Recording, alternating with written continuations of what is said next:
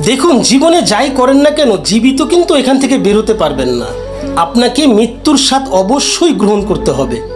বিশ্বের number 1 pop সম্রাট Michael জ্যাকসনের কথা তো আপনারা সবাই জানেন, যিনি 150 বছর বাঁচতে চেয়েছিলেন। এই জন্য তার বাড়িতে তিনি 12 জন ডাক্তার নিয়োগ দিয়েছিলেন তাকে সার্বক্ষণিক মনিটরিং করার জন্য।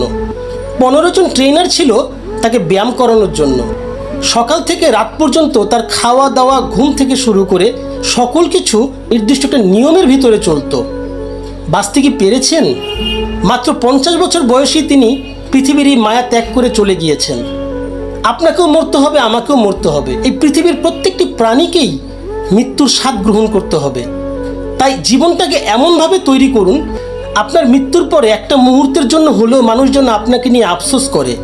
কিন্তু এমনভাবে তৈরি করবেন না আপনার মৃত্যুর পরেও প্রতিটি মুহূর্তে মানুষজন আপনাকে শুধু অভিশাপই দিতে থাকে। কি হবে এই জীবন দিয়ে?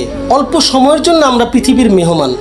তাই সবাই সবার সাথে ভালো ব্যবহার করি, সবাই সবার বিপদে পাশে দাঁড়াই। তাই সবাই সবার জন্য যতটুকু পারা যায় ত্যাগ স্বীকার করে চলি।